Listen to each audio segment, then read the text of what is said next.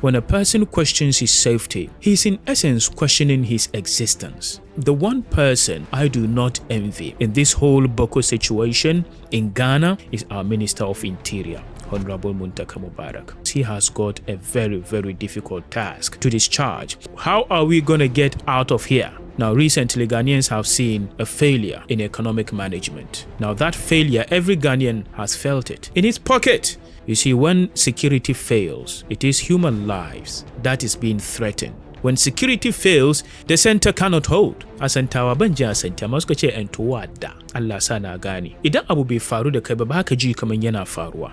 Until ranan da ya faru da kai, then you realize, what? I want to ask you this question. Are you safe?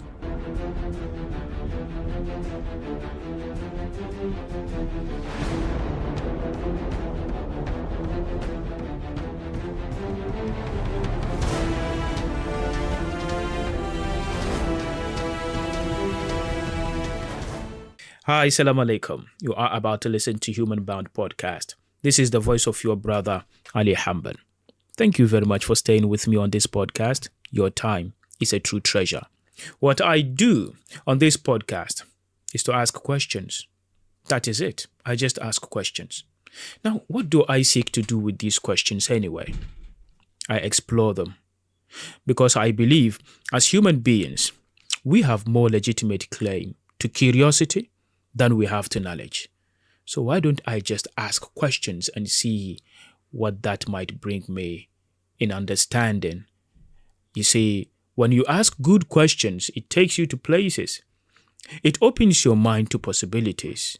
It actually opens your eyes to see things through so many lenses otherwise you would never have if you have only one leaning in life. And through that leaning, you have one lens through which to see life. I think that is a very limited way to see life. Life, I believe, is just like a mosaic, okay, with different parts. And those parts, when they come together, they form a picture.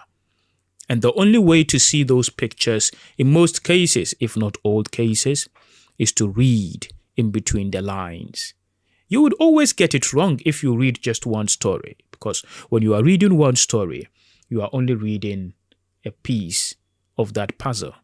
And every human being has got a side. And whenever human is telling you a story, he is telling you his side of the story. And if you are not careful to ask deeper and explore further, you would take that piece and you would blind yourself to the rest of the pieces that come together to make the picture.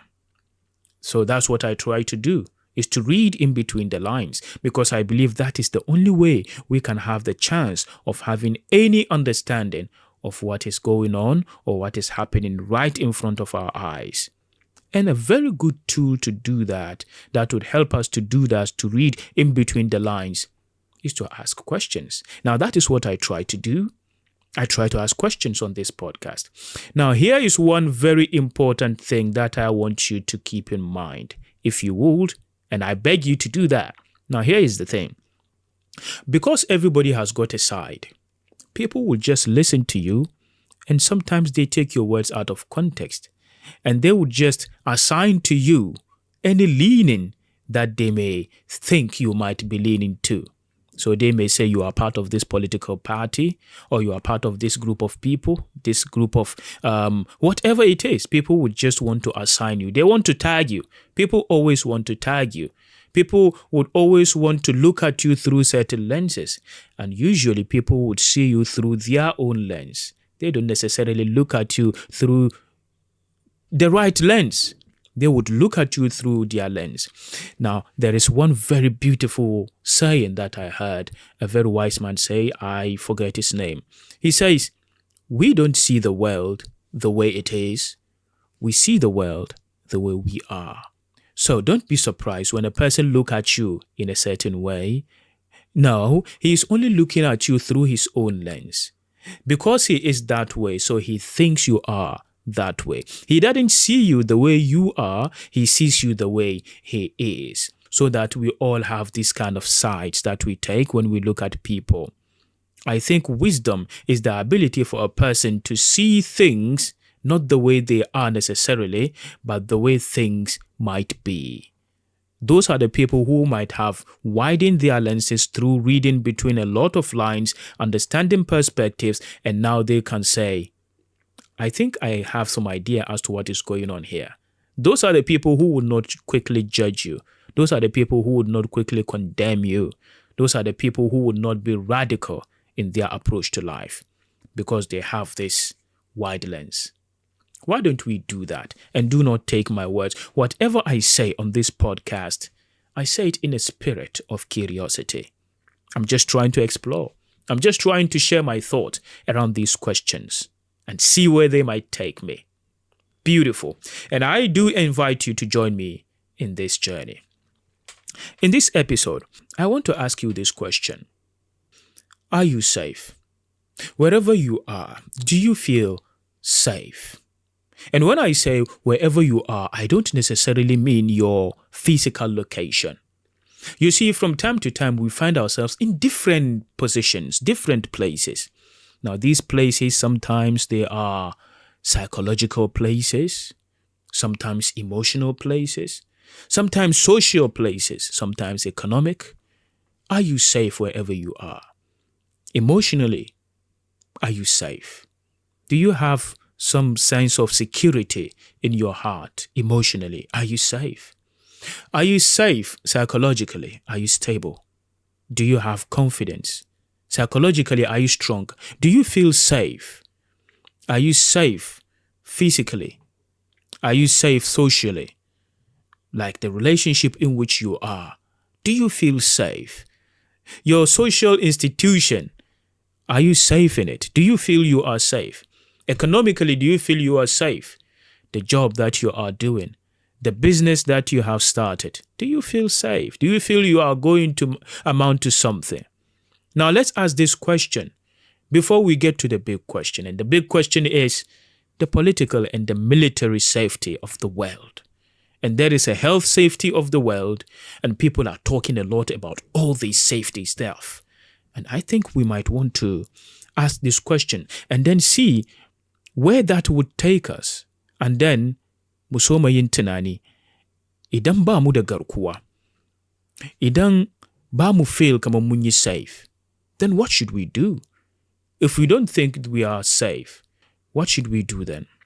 That is one of the most powerful things God has gifted human being, to assess the possible outcome of something and then prepare themselves for what they might do. So, let's think about this.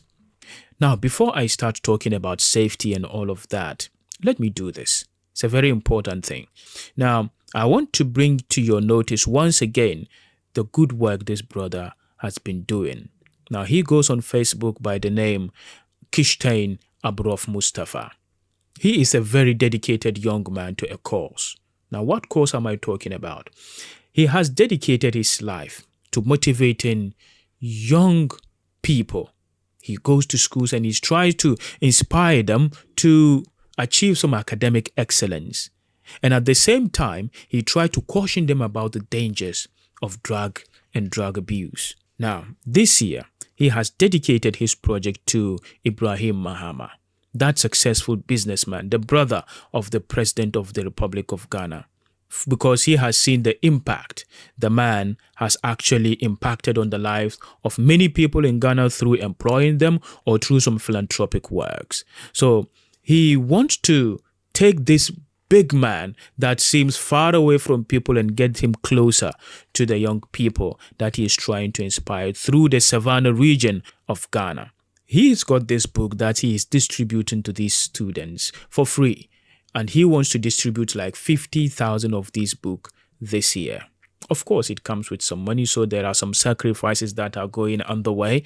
But the purpose for which I am doing this is to try and see if we can raise our voices and then push this gentleman so he may be noticed by someone who might give him the propellant. Perhaps you should do the same. Perhaps you should share this video. Perhaps whenever you see his post on his page, you should share. Perhaps it might reach this big businessman in whose name he dedicated his entire project this year. What do you know? He might end up helping him, propelling him. Everybody needs someone to push him. Why don't you just share this video? Let's do that and see if it gets to the right people who would actually propel and support the brother to keep inspiring the future generation. We need that. And if there is someone doing it, he definitely deserves some attention and support. Thank you very much. Now, back to my question. Are you safe? Now, you see, the question of safety is a very big question. When a person questions his safety, he's in essence questioning his existence. We are seeing a lot of turbulence these days. Now, this turbulent situation that we are experiencing today is not necessarily limited to military turbulence. I mean, there are a lot of wars going on. We are seeing what is going on in Israel and what's happening in Gaza. People are losing their lives and livelihood at a greater proportions. Recently, there has been this escalation of war between Israel and Iran. And then we are seeing in Ghana, at the moment, we are seeing this escalation of this conflict in Bawku.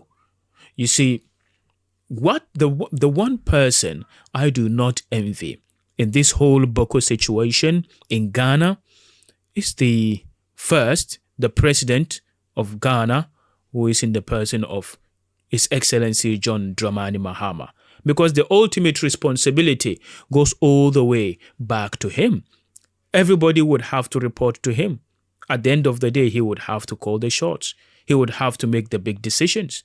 Whether bitter bile or sweet honey, he will just have to make those decisions, so that at the end of the day, responsibilities goes all the way back to him.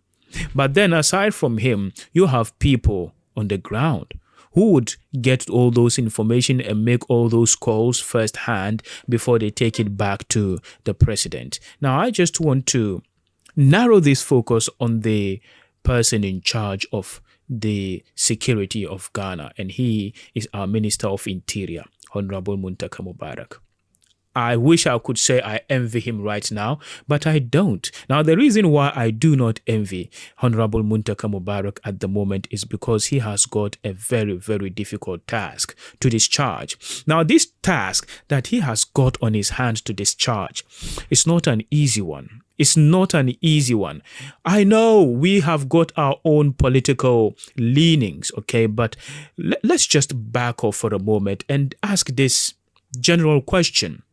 Now, there is an issue happening in Bawku, and there is one man in charge of this whole security thing. I read news somewhere, and they are describing what happened in Kumasi recently. You remember there were 2 killings in Kumasi. There was a chief that was killed, assassinated, and there was a gentleman who just came out of a chop place. He ate fufu, just came out, and he got shot in broad daylight. That was a very frightening situation. I mean, Kumasi ba musanda wannan ba. I mean, come on. It was a very long time ago. Yawancin mu ma ba mu san abin da ake kira rabawa ba, raba gari ba. An yi raba gari, yawancin mu ba mu ga raba gari ba. But then, we don't see these things, where a person is just walking in broad daylight and someone would just gun him down. Bam! He kills him. And there is nothing you can do. Now, there are questions you could ask. Now, you could rather ask a very human question. And the human question you would ask is one that is geared towards concern for the people you love. Now, think about those old women, okay? Think about all those old men. Think about the elderly. Think about the young children who might be passers-by, right? And what happened if these killers had missed the bullet and accidentally shot your mother or your wife or your brother or your sister or some little young children going to school or someone wearing his gezina going to Juma? What happens that she machine ya loose bullet and someone accidentally dies? Now, how are we going to describe that? Are we going to say collateral damage? Now, you see, asantawa banja asanta masu ce entowa da Allah sa na gane. Idan abu bai faru da kai ba, ba ka ji kaman yana faruwa. Until ranar da ya faru da kai, then you realize, what? So, this is how painful it is. Every day muna ji mutane na mutuwa, mun je mu yi jana'iza, amma ba kowa ke kuka ba. Ko kan kowa a gidan makoki ya bambanta, saboda kowa na da bukin zuciyarsa. Everybody has got his own reason for crying, but you really cry when someone dies if he is really, really attached to you. You see, that is why I think we don't have the time to ask political questions. We don't have time to ask any cultural questions here. No, the time for doing that is long gone. I think we are at a time where we should ask the right and the human question, which is, how did you get here? How are we going to get out of here? Because the Interior Minister, Honorable Muntaka Mubarak, has made a statement. He has shown his dedication to curb the situation. He has shown some kind of commitment to bringing the situation to its acceptable temperature, so that this thing doesn't escalate and so that we don't see so much bloodshed in Kumasi. I am from Asante region, and I am where that happened in Sabon Zongo and other places are my usual places. I know many people there. I have so many friends there. Now, what happens if I was walking by and someone just mistakenly shot me and mistook me for some of his enemies? Now, we don't want that situation in Asawase, in Ashanti. We don't want that. And we don't want that anywhere, which is why I just want to ask this question, and which is why I don't think I envy Honorable Muntaka Mubarak right now. Because at the end of the day, we don't care what he says. Okay, we don't care what statement he makes. All right, he would make that statement to calm the situation down. That is a good thing. But at the end of the day, when we don't see results, people would hardly applaud you for the statements you make. I'm sorry, I'm not trying to be harsh here. But I'm just trying to describe the nature of things. You see, when security fails, it is human lives. It is the existence of humans that is being threatened. When security fails, the center cannot hold. Everything goes to shambles. Everything crumbles. There would not be any life when security fails. Now, the failure of security doesn't necessarily have to be with people seeing people dying every day. Sometimes when people just don't feel they are safe by certain actions, then we are losing it. People would panic. And when you have a panic group of people, then you have people who will not act rational. Then you have people who would stampede any progress. Then you will have people who would even try to strangle you for doing the right thing. I don't know I spoke to one person who is a professional in saving people when they are drowning.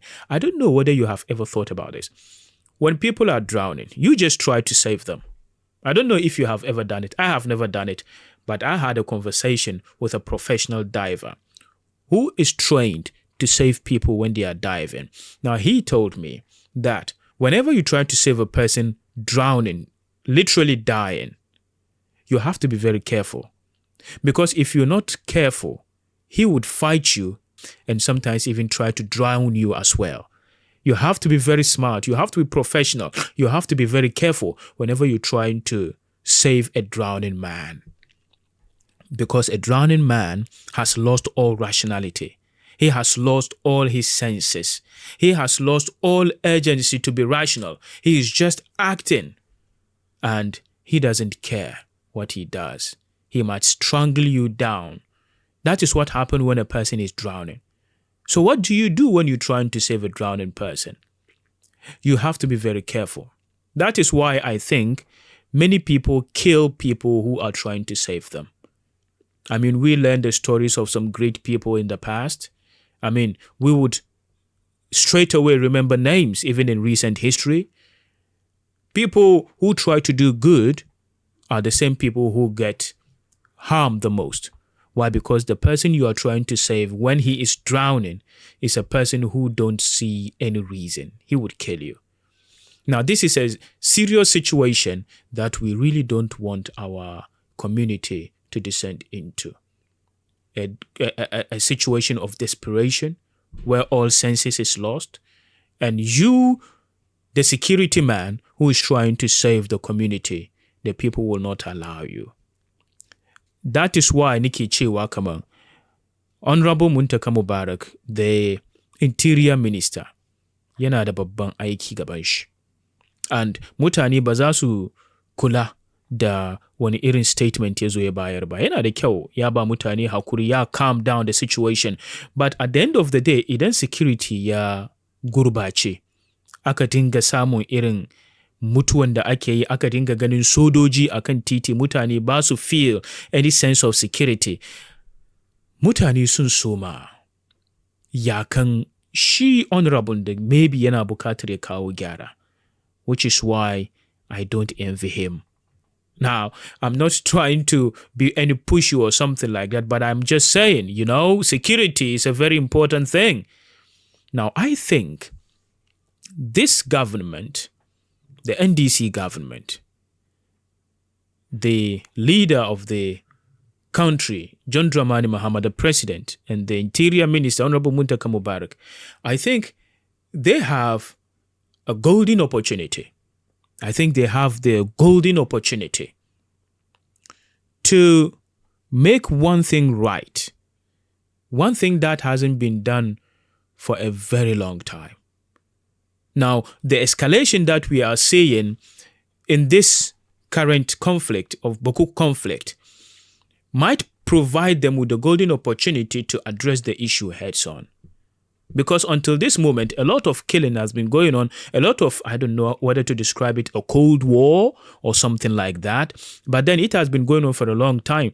The reason why it is in the news recently and so much is being said about it is because it has escalated beyond what we have seen in recent years. Now, if situation gets to this level, I think they would have to seize it to quench it once and for all.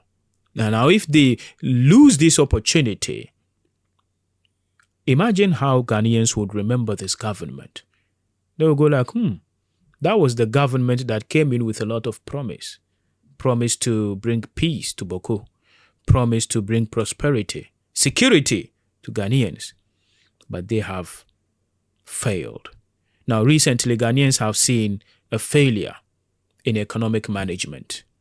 Now, that failure, every Ghanaian has felt it in his pocket. And those people who are abroad, those people who would have to fend for themselves, have really felt the hardship of the failure.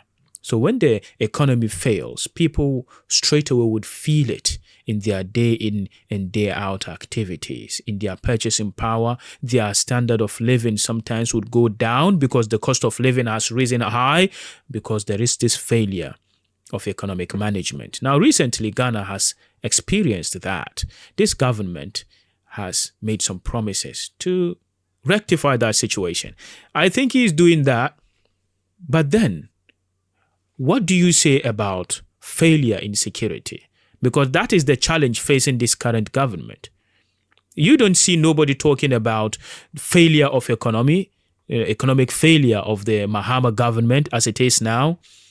But the news is now populated with talks about security failure.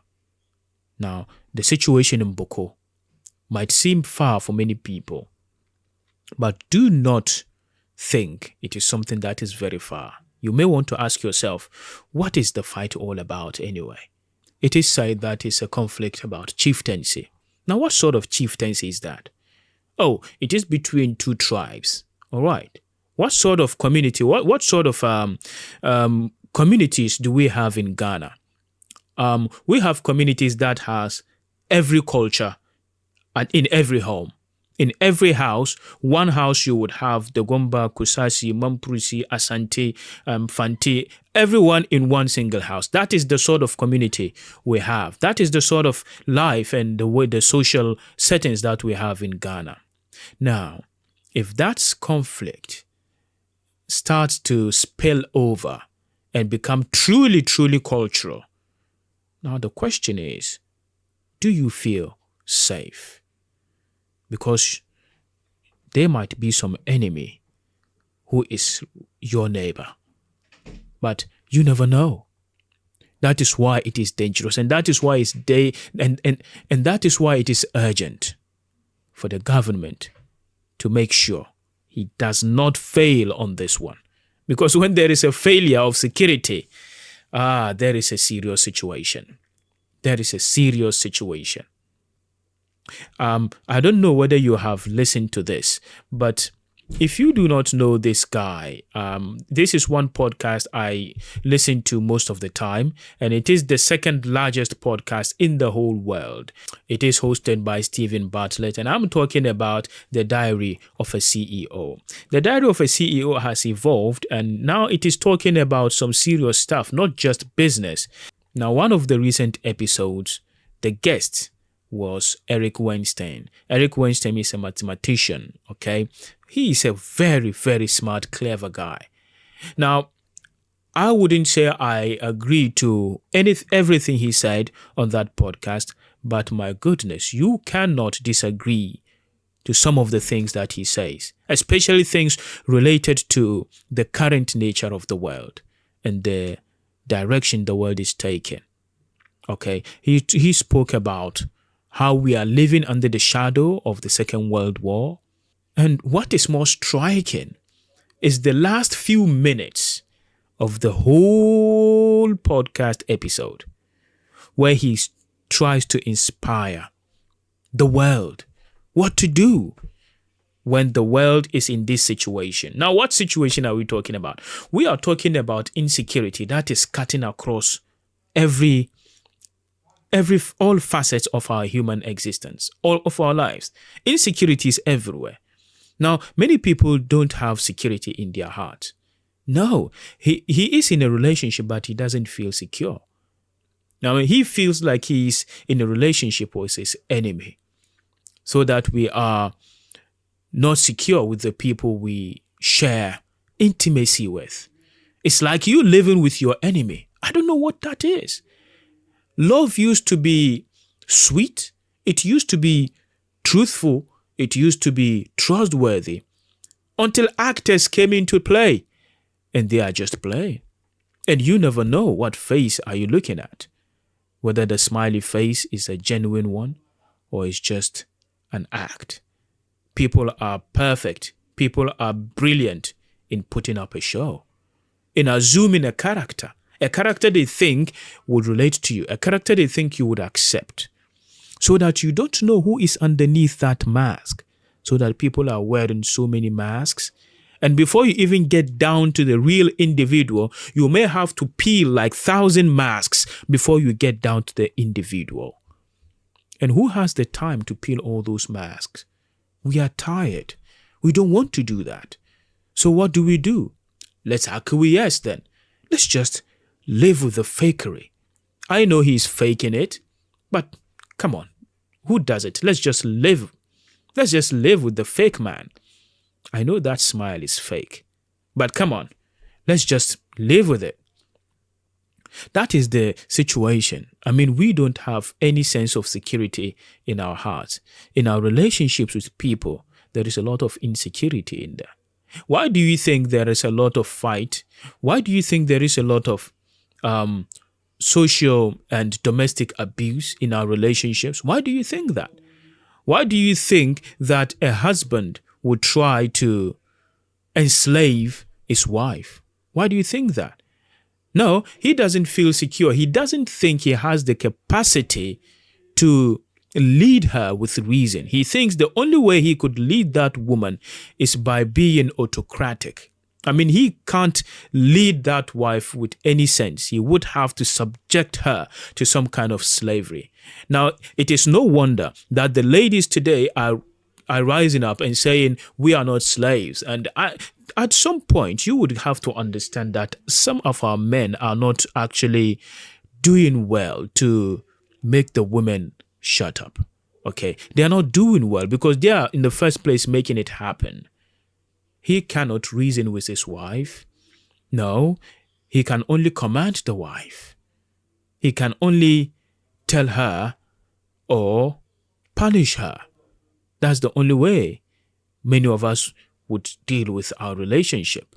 So that the relationship is not a cooperative relationship, it's a master-slave relationship. And when you have a master-slave relationship, you better watch out when the slave tries to free himself from your servitude. And it is the nature of human beings to try to free themselves anywhere they find themselves enslaved, so that we are not safe in our relationships. And we have so many news of wives killing their husbands because of lack of security in heart. So that marital institutions and responsibilities are being redefined. We are not safe. What do we do then? Well, you better hold on dear whatever you have. Whenever there is lack of safety and security, I think the only wise course of action is for a person to hold on tight to anything real that he has. So that if you have a good person in your life, hold him tight. If you have a very good relationship in your life right now, in this era where good relationships are hard to find, hold him tight. So that whenever you have like real treasure, hold it tight. Do everything in your power to hold on tight to the valuable things that you have. Because nothing is for sure. Nothing is guaranteed. Everything is shaky at the moment. If you live at a place where there is security, do not take it for granted. Do everything you can to maintain that. That is what you do. The only reasonable thing to do in such a situation of insecurity is to hold tight to the things that are very valuable to you. Well, that is what I think, and I don't know what you think anyway. Share with me. Thank you very much for being with me on this episode. Salam alaikum.